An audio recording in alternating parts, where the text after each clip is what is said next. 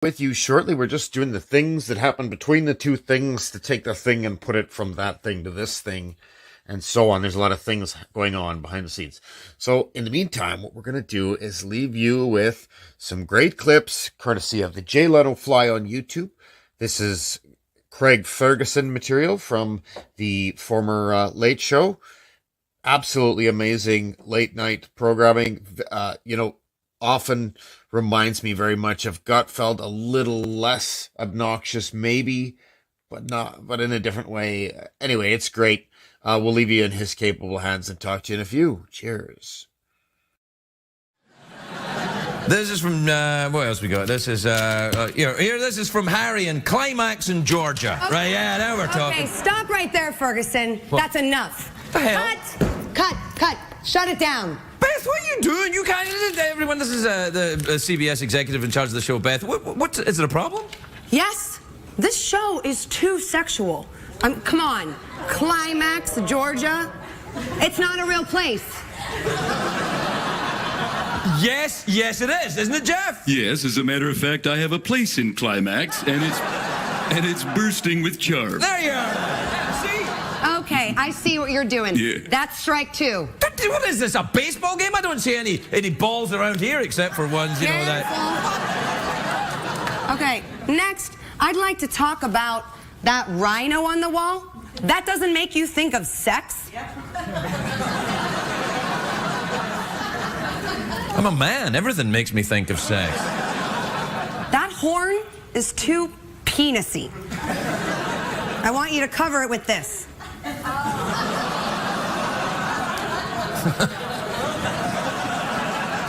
This? It's a little smaller than I'm used to, but all right. I'm not using this. In fact, I never do.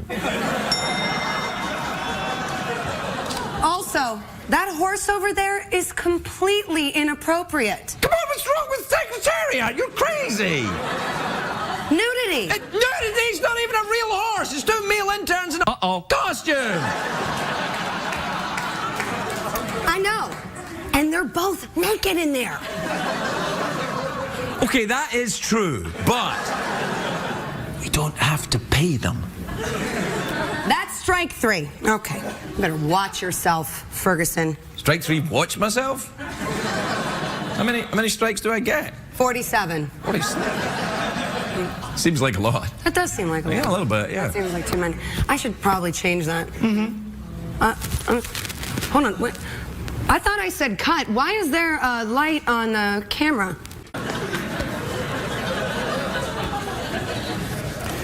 Don't suppose we could read this, then? You're at strike 29, so you got like 20 left. Well, that doesn't make sense. If it's strike 29 and we've got 20 left, that's 49 strikes? You better watch yourself. You better watch yourself. And don't look at me like that. Yeah, you watch yourself, too. The hell you giving me crap for? Well, I'm tired of sharing an apartment with you jerks.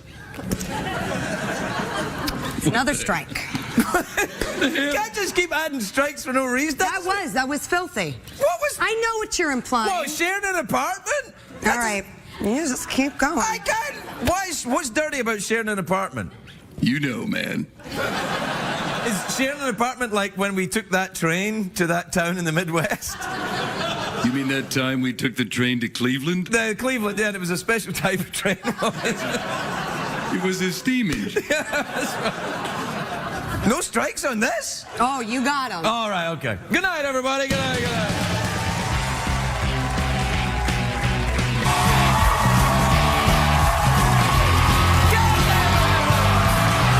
What? You can't be mad at me for that. I didn't even say anything yet. It's a thing. It's a British sci-fi. So why are you looking at me like that? You're meant to be supportive. You're a network executive. We can only air 5 words of what you just said. Is one of them penis? Yes, good. That mean. It's moon wrong. That's a slang word. That's a slang word, and you don't have to put it in.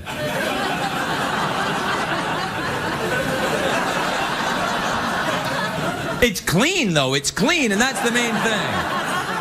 Oh, great. The thumbs up? Yeah, you want to get a thumbs up from the CBS executive. That's when you know when you're on track. That's when you know you're really hitting the comedy high points.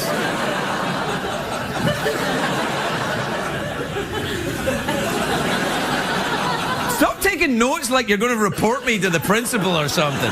Because you can't do that. You can't report me to anyone. Who are you going to report me to? Like the head of show business? I don't even get it.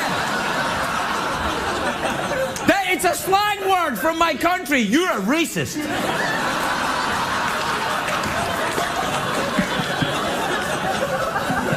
What's the deal with the taking notes about me?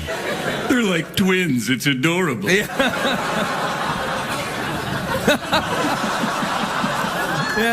it's nice to see someone worse lit than yourself sometimes, though, isn't it? Say a sentence, and you finish it, right? I'll say half a sentence. Sure, okay. All right. Hands on. My pants.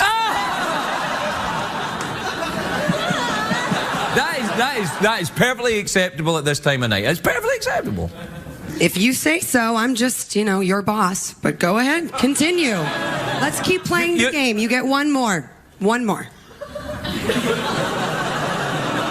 All right, I'll take it now. Smorgasbord.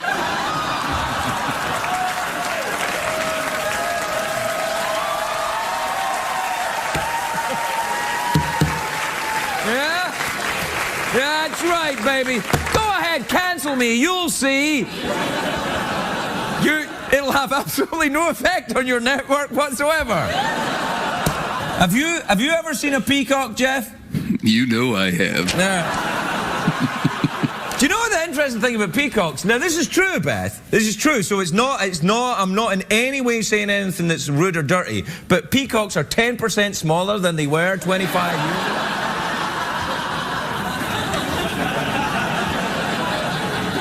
I can't watch your show on the CBS website from here, so I do it on YouTube. Is this wrong?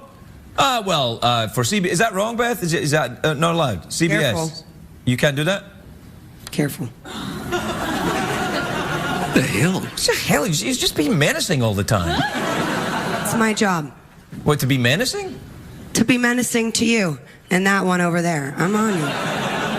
Continue. CBS. CBS what? .com. CBS. What about CBS.com? Can I mention it? Can I say that you don't have CBS.com in Mexico because you're a racist, Beth? Can I say that? CBS cares. All right, okay. Well, if you've not seen this show for a while, we used to be in a tiny little studio and CBS didn't bother about us at all and we didn't have to deal with executives. Now we've moved into a big, expensive studio and we get to have Beth with us every night to make sure that we're giving quality program to the CBS audience. And also to make sure that I don't say anything dirty like, what's that coming to go?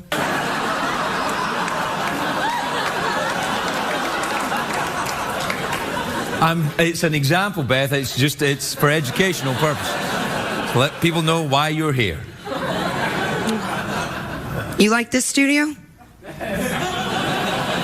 better watch if you want to keep it.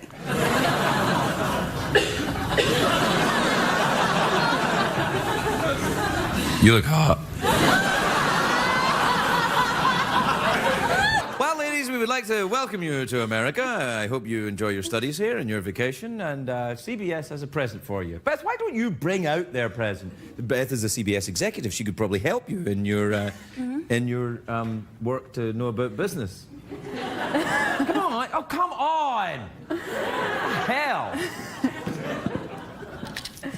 Beth is a CBS executive, aren't you, Beth? Yes, I am. You have been awarded dinner for two at Craig's restaurant. It's not my actual restaurant. It's a restaurant called Craig's. It's got nothing to do with me. A bit like your friend has got nothing to do with you two.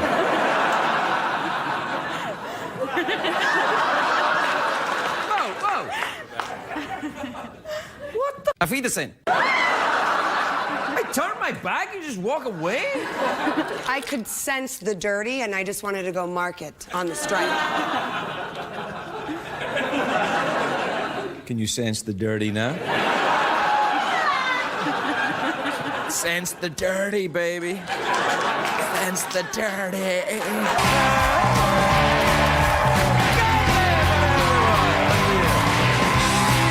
Anyway, I'm very excited because it's Friday. Look, nipples are perky, and I'll tell you why. It's a biological reaction. Oh, there you go, folks. Welcome, Sunday Funday. That was pretty good.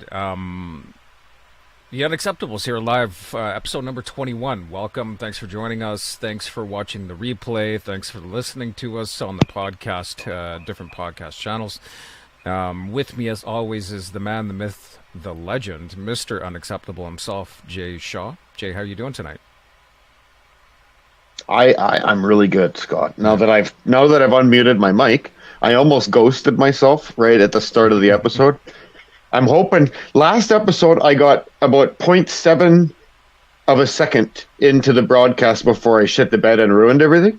And so this time I got all the way to the start and I was like, whoa, check and make sure all my mics. So I'm at like 10 minutes and counting without ruining everything. So for that reason, I'm really good, really good. So we can chalk that up to a win. Our level of professionalism just got better by, about 9 minutes and 50 seconds. So that's pretty good. It's like a 10 million time improvement, I think, roughly 10 million % improvement in 1 week, in only 1 week. I mean, if you know how math works, that's incredibly accurate. So that's good. Yeah. Excellent. I'm doing good. It's been a good week. We had some good weather. I think from Wednesday on, it was sun, warm. So I got a lot done. It's been a fun week too. Springtime's a lot of fun for gardeners and for farmers and for even people who just have like things they like to do outside. It's more fun because you're more active. You're outside more. So yeah, it's been good. Yeah, it's definitely a good time of year. I love spring, and spring's generally speaking, always about animals. Now, we've got some people in the chat, so let's say hello to everybody in the chat. Got Erica. And, what is up, party people? Logan and Knowledge and Fringe and all the good people, all the regulars, all the people that will put up with us for. It's madness in there. It's madness. It's madness. Yeah. So here, you know what? Here's a chat I want to read here real quick from Erica. In regards to they're talking about the weather, and so Erica says, "Don't call that global warming rather." Many a Marches I've got my best tans for a long time, and she's talking about how the weather's funny here in the Lower Mainland, where we'll get a warm March, and it'll be sunny. Then April into May is where it's kind of raining, then it starts to warm up again and starts to dry up again towards mid-May. Yeah, it's just the weather patterns here. But every year somebody says, "Oh, it's global warming. It's making it rain more and stuff." So. And I see Logan's in Michigan getting bombed on by the lake. It's always the lake's fault in Michigan. No matter what happens, you blame it on the lake. I agree. Always. I agree wholeheartedly. That lake is shifty. I've never trusted that thing. Mm-hmm. Yeah, no, freaks me right out. Freaks me out too. Yeah. No, we got about the same. It was pretty warm here. It was really rainy the end of last week. In fact, by an actual scientific reading, they came out and measured right where our creek empties into the ditch. There's when it rains up top, and it pushes the runoff down off of the snow, and they had a flow meter on there, and it was 72 gallons a minute for about 90 minutes. So if you can imagine how much water that is, people, that's what comes through my yard. Just yeah. That's a lot. I did have my I had my turbine unhooked. Like I have a little turbine in the creek that generates power. Yeah. And I took it and the sluice box out at the start of that torrential rain, because that turbine won't actually handle that, and it would back up and probably cause a flood. So I just take it off of there when it's torrential and. Like that. Yeah. Like sorry. Okay. So you were fixing to play a clip. I saw that. You know what? I was just. It's funny how all this weather talk lines up with one of the clips I had that I found quite amusing. And nice. So we like to talk a little bit about the weather here in this stream. I think Canadians, as a rule, are a little bit more passionate than other people about the weather. I'm not sure why. I've just always found it the thing. A lot of people used to say, "Well, you're just talking about the weather because you got nothing to talk about." But I submit that Canadians are a little bit different. We're actually quite passionate about the weather, and I think it's because we have more seasons, or else more intense seasons than most, most states in the U.S. and different parts of the world. So, I feel like coastal regions and islands are like that too, though. Like, it's really only like fucking the middle of a big giant ass landmass where people are or like in somewhere like California where people are like totally unconcerned with the weather. Well, yeah, because it doesn't fucking change. So you're like, well, it was 17 today and it will be tomorrow and probably the following day. Sure, you don't talk about that. It's fucking lame. I mean, I suppose the other side of it could be that we've really got nothing going for us here in Canada. So if we're not talking about the weather, what else are we going to talk about? We're just going to be apologizing to people. So I have news for everybody that I forgot to share, actually, because I knew this on the last broadcast and I didn't share it. Some of our live streams now, you'll notice when you click on them, you will have to let them know that you're a big boy now. We are rated R. Not every episode, but some episodes are rated R. So you'd have to actually click, this is adult content. Are you okay to watch it? So when you get that message, it's a bit of a fork in the road. Like, are you an adult or not? It's a tough choice, but I would select, yes, I'm an adult and continue on the righteous path. But yeah, rated R. I was kind of happy with that. That's almost an achievement in my mind. Oh yeah, fuck Dave Rubin and fucking and Tim Pool. They can't get an R and not get. That's the funny thing. I get the R, we get the R, but we don't get actually censored in any way. It's like, you can say that, but we're gonna tell people that it's fucked up. Yeah. That's the standard. The standard of morals now is like, hey, that's fucked up, but go ahead and keep doing it because it's okay. It's okay. Hey, you don't chop your nuts off. That's fucked up. Or no, it's not. Go ahead. Keep doing it. Anyways, yeah, it's strange, brew, man. It's a strange culture, a culture of less accountability, where nobody's accountable for anything. Everything that. If you commit a crime at any point in your life, you could just fucking blame it on your parents in some way, and then get out on bail within an hour and a half, go onto the street, fucking shoot somebody, and probably be on the street within a month of that too. Like it's because we don't create accountability. Oh, you fucked up your job. Oh, that's okay. You can keep working here. Mm-hmm. Like, what the fuck? Like, my God. And then some. And it's cherry picking too, because they pick who they go after. Some people get the hammer, and some people get to chill. I don't know. It's fucking bothers me.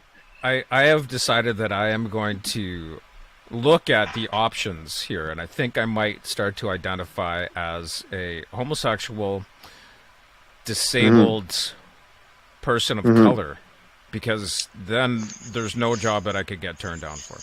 Now, that said, folks, I've got a clip here for everybody. I'm going to start it. We were talking about the weather and how funny all this climate change stuff is every year. People are talking about how, it's it's warmer, it's raining more because of climate change or whatever. It's not. So here is our friend at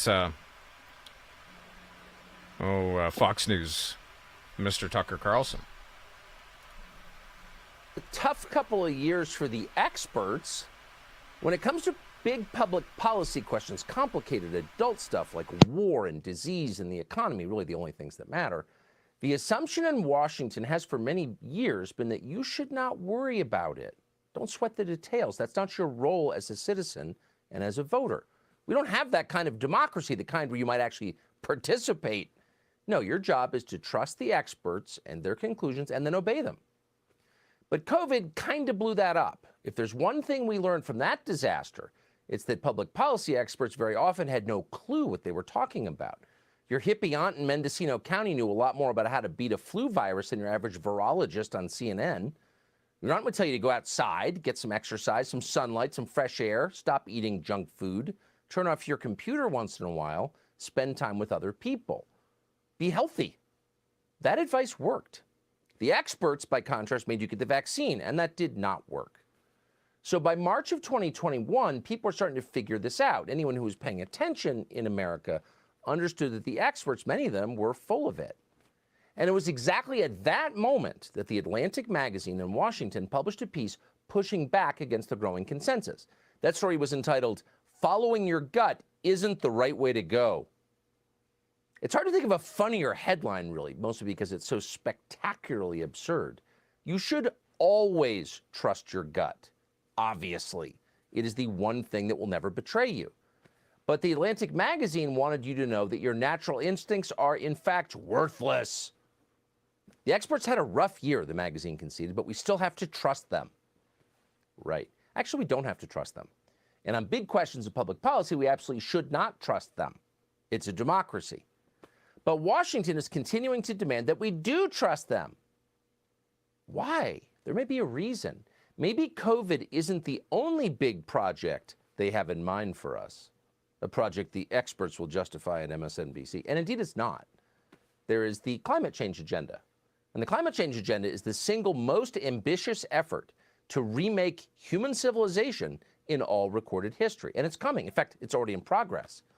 The only reason that millions and millions of Americans aren't protesting in the streets tonight over this effort to completely overturn their lives is that on some level, many people still do trust the experts, at least on climate change. But should they?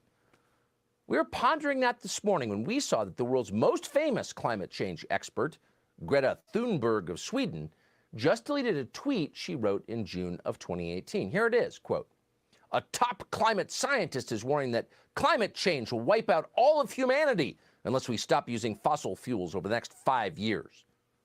The scientist, of course, was a Harvard professor, so obviously that prediction was going to be correct. But here we are, still driving our Silverados and still alive, and some of us are still happy.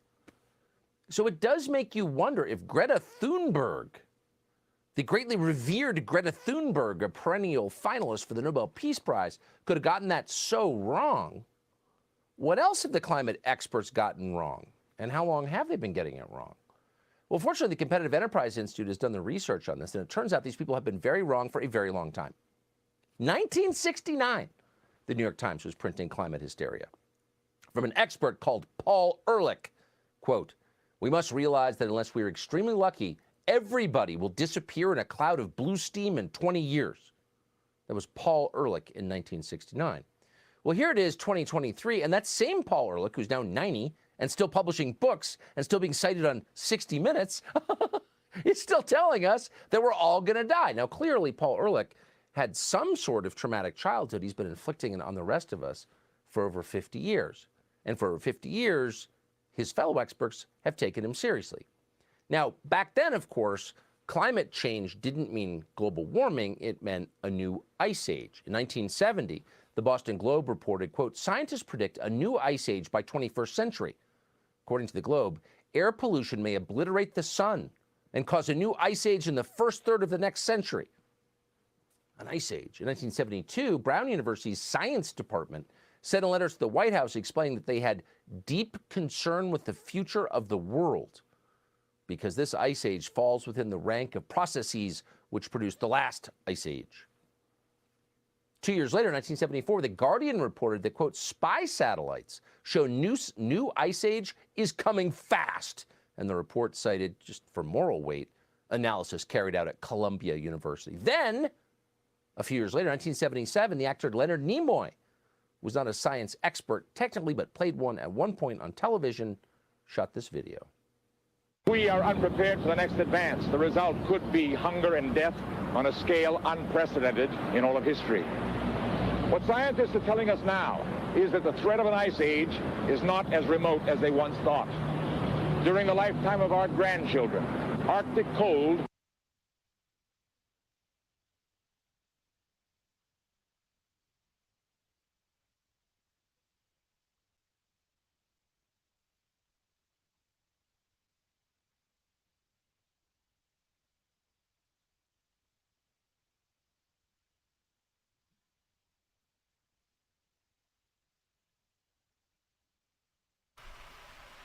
Oh, it looks like we're having a technical glitch there, folks. Jay, you're still muted.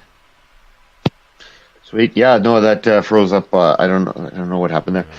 they're almost like the red ring of death with the Xbox. That's a great one. The one that was coming up. I'm going to point this one out from K4G. So Al Gore claimed with a fellow scientist claimed in 2009 that there would be no ice in the Arctic Sea in 2013. That's correct. Yeah. No, there's some really laughable, and it's like some of that stuff looks so absolutely foolish now, and we can see it in real time. It's like, no, winter's not gone. There and I have 197,000 glaciers to prove that we're not in a crisis situation, right? How many? 197? 197,000. 197,000 glaciers. That's a lot of glaciers. There's a lot. But anyway, some technical issues, folks. That's why we're just kind of scrambling here. I don't know what's going on. Yeah, with this, Jay. We're just kind of trying to. Yeah, me neither. Well, I will roll. This may be actually the explanation as to where some of those claims came from. I know you're going to think this is a trick. I know. It seems like it's goofy. This is actually the world's largest airship from behind.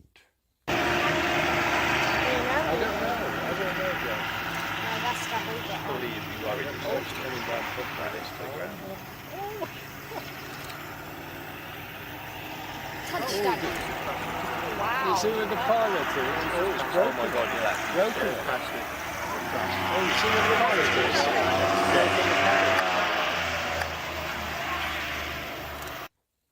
Here it is, and yes, it is very common knowledge that this thing looks like a bum. In Britain, they actually call it the bum plane. So yeah, that's actually a thing. There are a few of these hybrid air vehicles that are coming out in probably sometime this decade by a few different companies. Essentially they're going to make them, of course, electric and combustion. The payload on not this one, but the original one, the Airliner 10.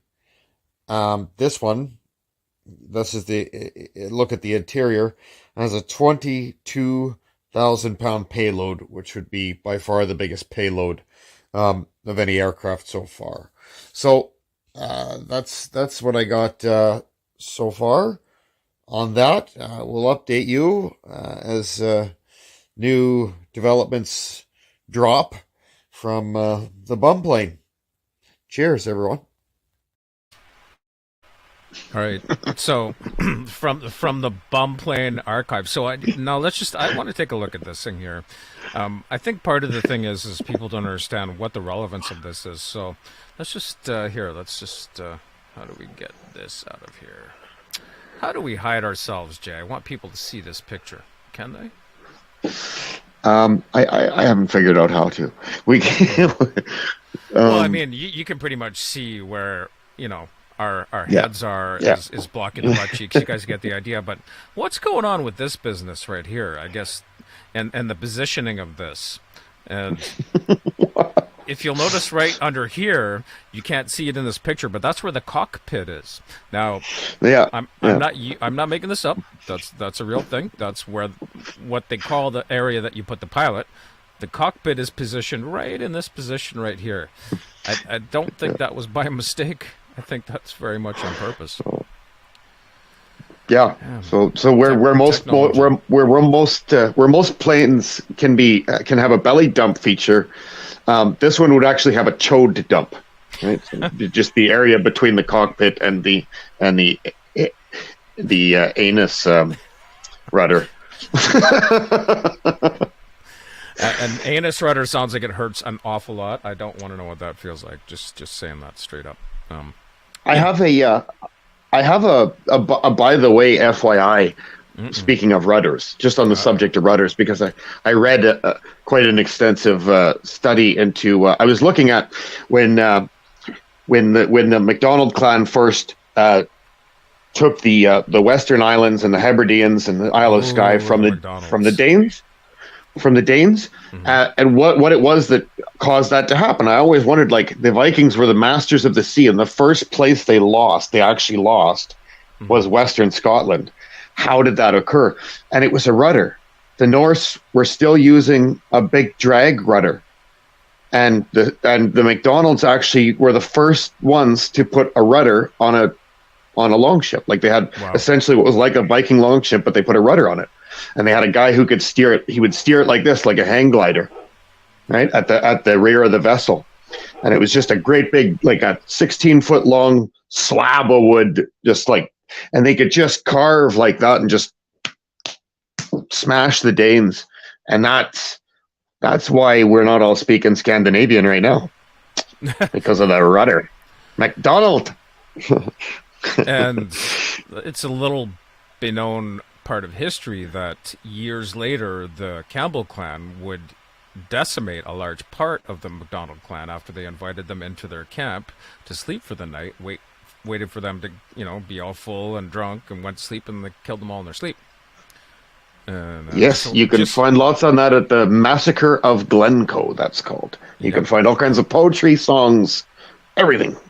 It's what the Red Wedding is based on. When you think about Game of Thrones, the Red Wedding is actually that's what it is. Mm-hmm. Yeah, that's kind of cool. All right, I'm gonna try to roll another clip just for shits and giggles. I don't know if this is gonna work, but we'll find out in a second here. Give her, Big River. This is you know what I gotta do first, since let's go here, share screen. That would help, wouldn't it? So I got a quick story. I was at a restaurant the other day. I was at a restaurant, and I'm just sitting there having my meal, and this guy comes running into the restaurant. He's got 2 ribeyes, one in each hand, and he just runs through, and he just like slapped like 4 or 5 people in the face with these ribeyes, and he said, "No pudding. How can you have any pudding if you don't eat your meat?" And it was the fucking craziest thing I ever seen in public. I swear to God. I think there's a song that has that in it somewhere, but I'm not sure if that's true. I'm not sure. Yeah, we didn't say the V word. We didn't say vegans. We didn't say vegans. That's a vegan joke, but I didn't use it, so you can't bitch about it. I'm just talking to vegans right now. My friends, the vegans. your friends, the vegans. I've got some. No, we have a vegan in the chat right now, so big props. But I gotta pick on you. Sorry, and you've got some vegan crew too, Scott. Yeah. I've got some vegans in my chat as well. I'm not gonna, in your chat as well. Okay. I'm not going to expand on that. But somebody out there knows exactly what I'm talking about. Here's a clip for you folks. Let's get out of this mess for a second here. We're bogged down. We're bogged down. Bogged down. It's not working. Nothing's working from my end. No, it's not. Oh, the Monte Colis. Okay, let me attack the woke people. All right. Here, let's attack the woke people for fun. Oh shit.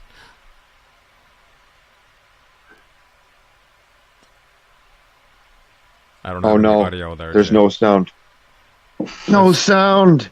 Is this terrible? Is the name of that clip Wokahontas by chance? It looked like a playwright did like a version of woke with I don't know what I'm talking about. I don't want to offend too many people in one sentence. It's a commercial from Signature Bank, one of those retarded Silicon Valley banks that went out of business. It was one of their woke ass commercials where they get their staff to do a big Broadway production thing. Yeah. Okay, so here, this one might have sound.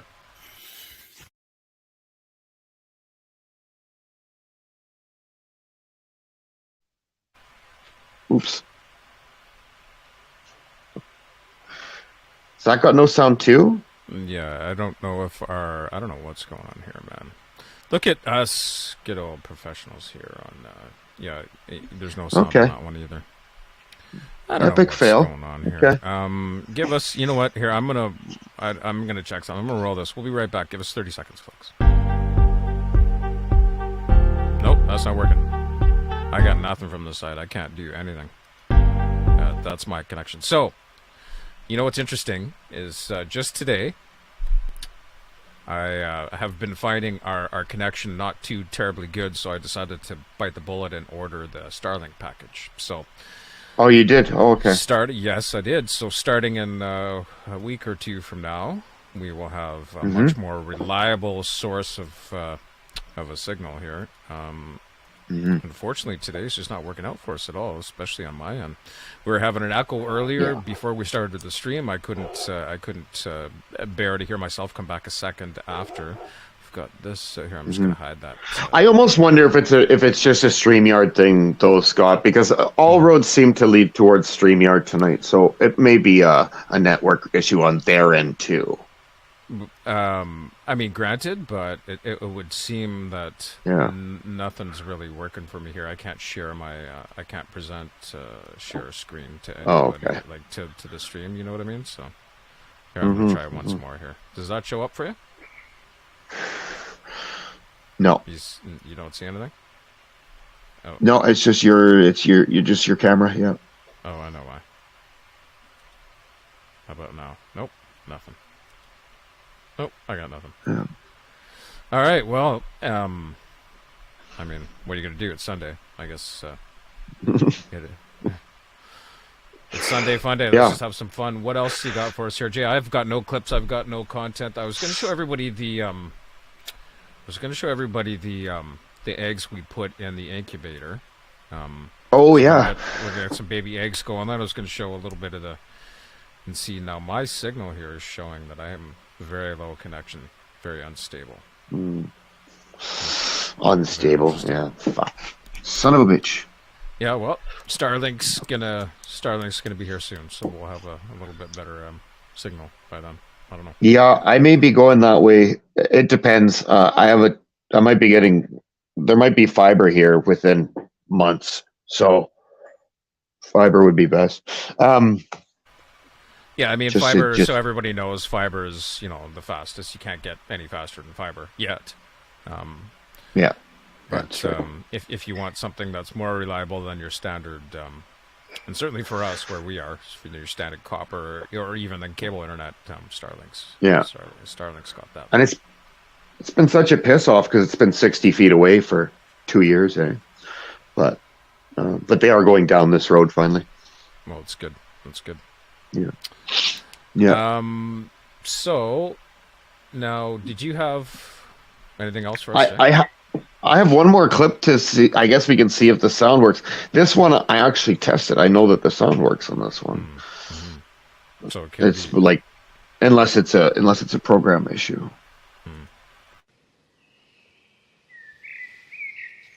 In any other year, everything on our list would be worthy of the top spot if it wasn't for Amazon's billion-dollar disaster. Number 1, the Rings of Power. One failure to rule them all.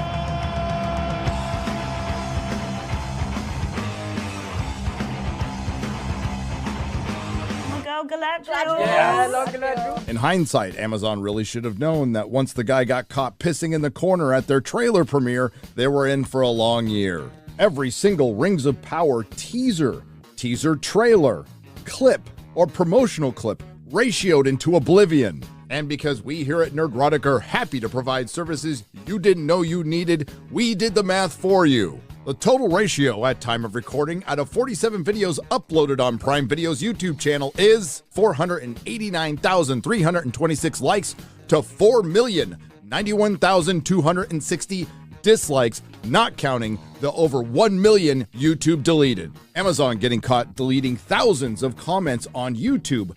YouTube getting caught deleting millions of dislikes. The very scripted and cringe UK Superfans video being unlisted. This was all in the first month of the promotional rollout, and it was all downhill from there. Every time I look at something, it looks like it could be improved. There's something wrong with it. Setting out to improve on Tolkien, Amazon Studios chief Jennifer Salke says the Rings of Power series needs a giant global audience. Elaborating on this statement and being far more specific, the Rings of Power producer Lindsay Weber said it felt only natural to us that an adaptation of Tolkien's work would reflect what the world actually looks like. Followed by an unintentionally honest statement from showrunners J.D. Payne and Patrick McKay, who called the show the novel Tolkien never wrote. Which is true because he would never write this garbage. Not to be outdone, the woman who kept calling herself the first female dwarf when she wasn't, Sophia Numvedi, said the Rings of Power would be a necessary redress of balance. Taking one of the most accessible stories of all time, having sold over 150 million copies, published in multiple countries, translated into multiple languages, and making it inaccessible in the name of accessibility. Did you have some kind of mechanism, in a sense, so that you could make sure that you were true to Tolkien?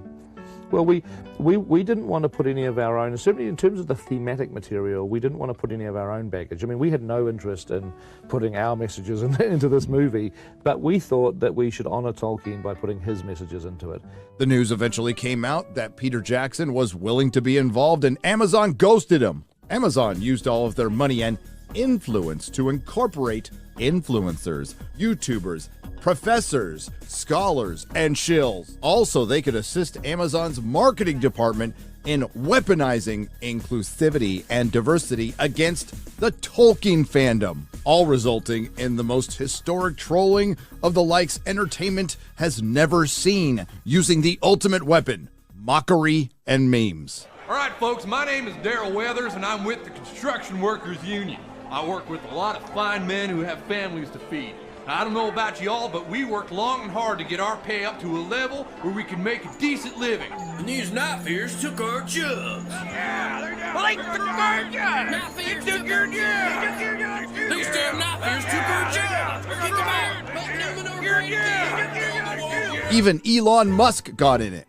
Just when Amazon thought it couldn't get any worse, they actually released the show on the anniversary of Professor Tolkien's death. Prior to the billion-dollar disaster's eventual release, fans predicted a focus on inclusivity, diversity, and intersectionalism, partially because Amazon told us diminished male characters, a focus on original characters that reflect the Los Angeles that they live in today, in a fantasy. No Celeborn, CW writing, and a warrior Galadriel leading an army of Númenóreans. We were told the Rings of Power is going to upset Tolkien purists, and that's a good thing. And what we got was a very inclusive, diverse, intersectional focus on girl bosses with diminished male characters. No Celeborn, CW writing, warrior Galadriel, and yes, a lot of pissed off Tolkien purists. What makes the Rings of Power top our list is this was woke Hollywood's One Ring. To subvert them all, they spent $58 million an episode for a show with the first elves of color who actually weren't,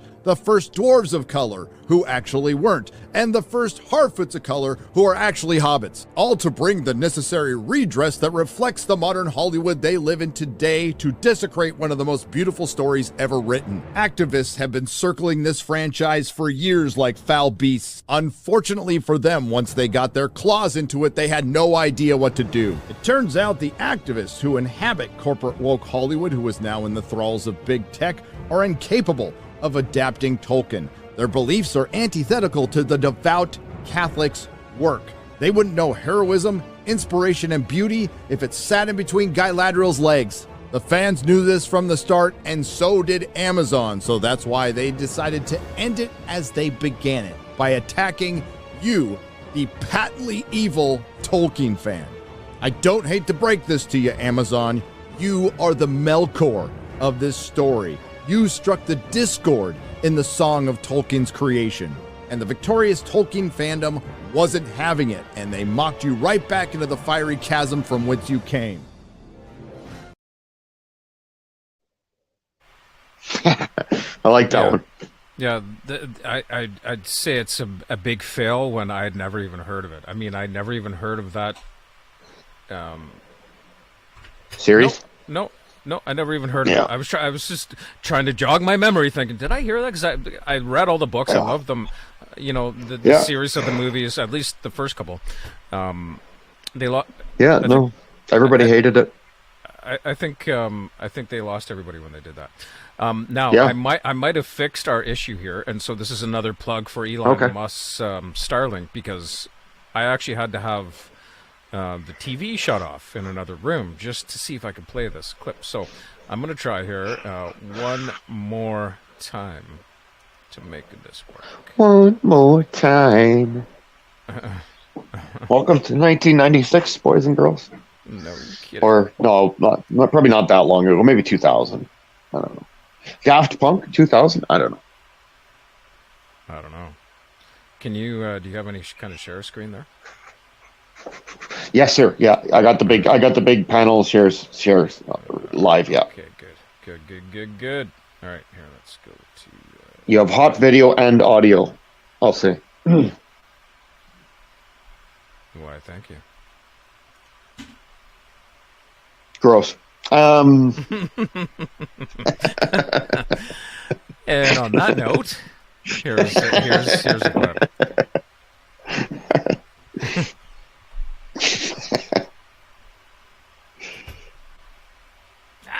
Shit.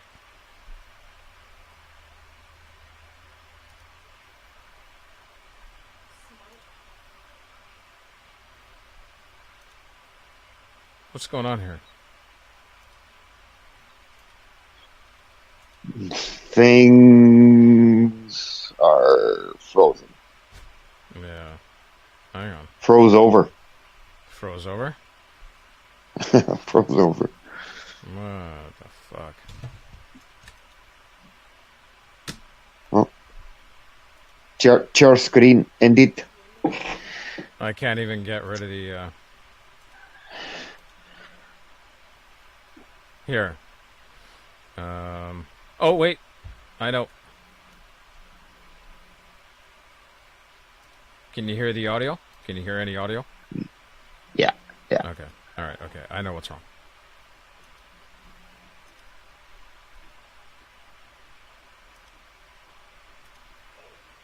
You should have a clip now. Yeah. Here we go. I got visual. I got audio. True professionalism here, folks. Here's a clip for you. Enjoy. We'll go away because stormed a bridge linking Mexico to the United States in El Paso, Texas on Sunday. They were so desperate to enter Texas, you'd think they were Californians. Videos detailing the chaos that unfolded, migrants of all ages charging forward, pouring in from all sides, trying to get into the land of freedom, opportunity, and pancakes. And not because they heard Greg was washing his car in jean shorts again. I haven't seen such commotion since I tried to withdraw my savings from Silicon Valley Bank. The situation got so chaotic, Customs and Border Protection had to beef up manpower on the U.S. side of the bridge, while the Mexican military tried to contain things on their side. It looked like the New York City Marathon, minus all the paperwork beforehand. Meanwhile, White House Press Secretary Karine Jean-Pierre, recognizing the nation's obesity problem, so she served up another word salad. Hit it, girl. We're going to move forward with this kind of system, this immigration system that has been gutted, really, truly gutted by the last administration. We're going to move forward and do it in a humane way. We're going to do it in a safe way, and we're going to do it in the way that moves us forward. And so what we have been seeing, what we've been dealing with, again, is trying to fix the damage that the last administration did. Here's an actual video of the brain cells leaving her head during that statement. Folks, Karine Jean-Pierre is so dumb, she almost froze to death at a drive-in movie. She had gone to see Closed for the Winter. You're sitting next to somebody slow, help them out with that one. Like, what do you mean? I've never heard of that. Allie, I will start with you. We're all worked up about this, but as someone who has slept with a lot of illegals, are we missing the point? Yeah, bring them over. Get them over here for us.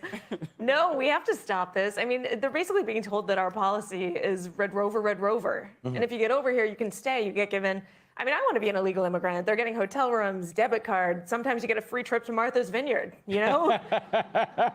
It's a crazy situation. I think everybody agrees. Kat, let me ask you this, though, because you had told a famous story once about having a boyfriend who you couldn't get out of your apartment. Yeah, he wasn't my boyfriend.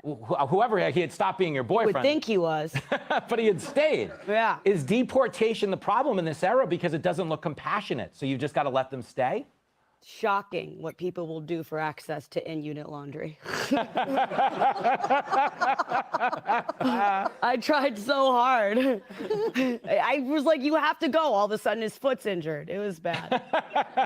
Onwards and upwards. Molly, I will ask you, if you had to go away for the weekend and leave your kids with one person, Karine Jean-Pierre or Kamala Harris, what do you do? It is, I was just thinking, listening to her, she sounds just like Kamala Harris. And you remember, like, during the Trump era, you had all of these, like, highly competent press secretaries. And the media would be losing their minds. You know, they'd shout a question that was angry, they'd get a good response, and they would just scream in response. We've been dealing with this for years now. Yeah. It's embarrassing. Like, it's embarrassing as an American. I'm embarrassed for her. She's a lovely lady, but she should not be in this job. And it's just... What's going on? Like, I feel like I'm taking crazy pills that we keep letting this happen. But it's this every day. Well, she didn't say nothing. She said, we're working on it, and it's so hard because Trump messed it up. Yes. That's, I mean, Trump of is course, the elixir. Right. That's not what happened. You know, there's very many issues that are involved with this, but she took 40 seconds to say it because the longer you talk, you think maybe just based on how long she was talking that she said more than that. I think that's what's going on in her head. But, you know, because this is all about empowerment, maybe she's good at her job because she's making the rest of the country feel like they're empowered and they could be press secretary, too. I hadn't thought about that, yeah. I mean, don't you watch her and walk away being like, I could have did that? Yeah. You know? Yeah. Like, but a path to a path. That's what we're working on. Sounds great to me. Yeah, just keep talking, Karine Jean-Pierre. Ah, Karine. She dresses nice. That's a nice thing. I've got two nice things to say about this administration. She does dress nice, and Joe Biden dresses nice. He does. He does That's good. it. That's the only nice thing I've ever seen. No, I like the way he does the Versace diaper. I think it's a good look. The Versace diaper is good. Yeah, I agree. Jimmy. Molly, you're an editor. Can you edit that statement? I don't even know. I just want to say, too, like, this idea of blaming Donald Trump. The Trump administration was not perfect, and it wasn't perfect on the border, but they actually did get to the point where the border was somewhat under control. Yeah. And President Biden, like, on day one, moved to tear down every protection. And now when things like this happen, they're like, why is this happening? We have no idea what's going on. Playing all dumb. them. No, that's the scam. You see, remember the old Chris Rock bit where he talks about Robitussin? He's like, you know, you got a bullet wound, pour a little tussin on it. You know what I mean, that whole thing? I think Trump is Democrat Robitussin in this day and age. Like, got a border problem, get a little tussin. You know what I mean? Inflation, get a little tussin. It's not cultural appropriation. Relax, everybody, it's fine. Stick with me. Do you think what happened is they got used to playing a card that just doesn't work anymore? I don't know if it doesn't work. I think it still works for their base. I think if you blame Trump for everything, people, you know, they go with it. And I think publications love it. They love mentioning Trump. He gets ratings. So whenever they can, they invoke Trump for sure. And she just does this version of Abbott and Costello where you're like, who, what is going on? You can't follow it. And then she brings up Trump. Oh yeah, he's to blame. Oh, there you go. There it is. But it's scary because it's like we're bumper bowling for these people. You know when you have a slow kid, so you block the gutters just to make sure they don't throw it in the gutter? Yeah. But they're just throwing it over into the next lane now instead. Yeah. It's embarrassing. Hey, Sean Hannity here. Hey, click here to subscribe to Fox News.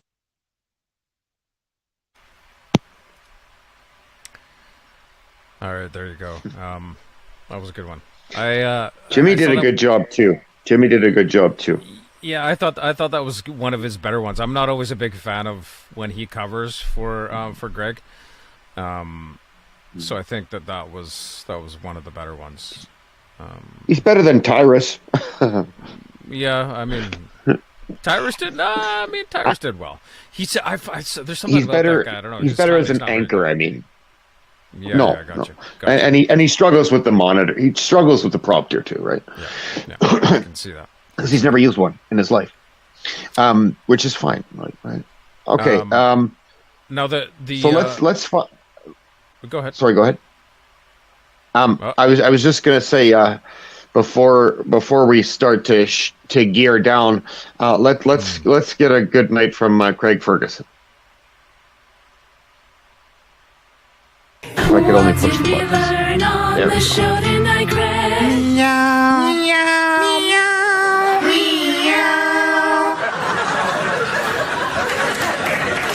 Please, no, don't. No, don't. All right. You see, for people that didn't get invited to a Labor Day barbecue, a drawing of a kitten singing a little bit of barbershop harmony is very exciting.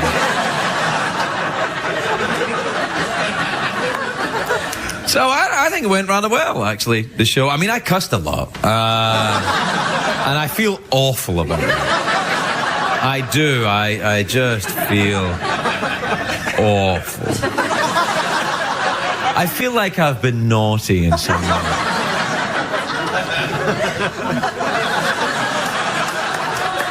I feel like, if only there was something that could be done to me that would in some way appease your rage.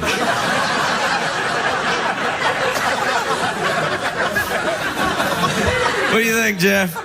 Yep. Yeah. All right. Good night, everyone. Good. Fuck, he's funny. You're muted there, Jay. He's hilarious. I think just before we go, I think I can actually show the one I wanted to show now. I'm going to try showing this here. So don't forget Jay Leno Fly. You can find a lot of great late night reruns, old school, just for fun. If you're like a weird, nerdy person, which I am. So there you go. Yeah. Jay Leno Fly. So, perfect. So here's what... Can I even get this to work? For fuck's sakes. Okay. Hopefully this works. Okay. Hopefully you guys can see this. Jay, can you see that? No, we're still on standard screen. Oh shit. Standard layout. Sorry. I don't know what's going on. This fucking thing. All right, nothing's working for me. You know what? I think I'm just about done. We're just about at an hour anyway. Nothing's working for us. Our connections. My connection's not good. Apparently, tonight, Jay, you've got the superior connection, which is quite the rare change. Usually it's the other way around. Being where I live is supposed to have more, sort of more infrastructure. Apparently not tonight. So either way, folks, thanks for joining us. Sunday Funday, not as funny as we had hoped, but we got some of our clips in. It was great to have you. Thanks for listening back. Thanks for joining us live. We will see you Tuesday here live with Fake News Tuesday. So all the news will be fake, or we'll find fake news and prove it wrong.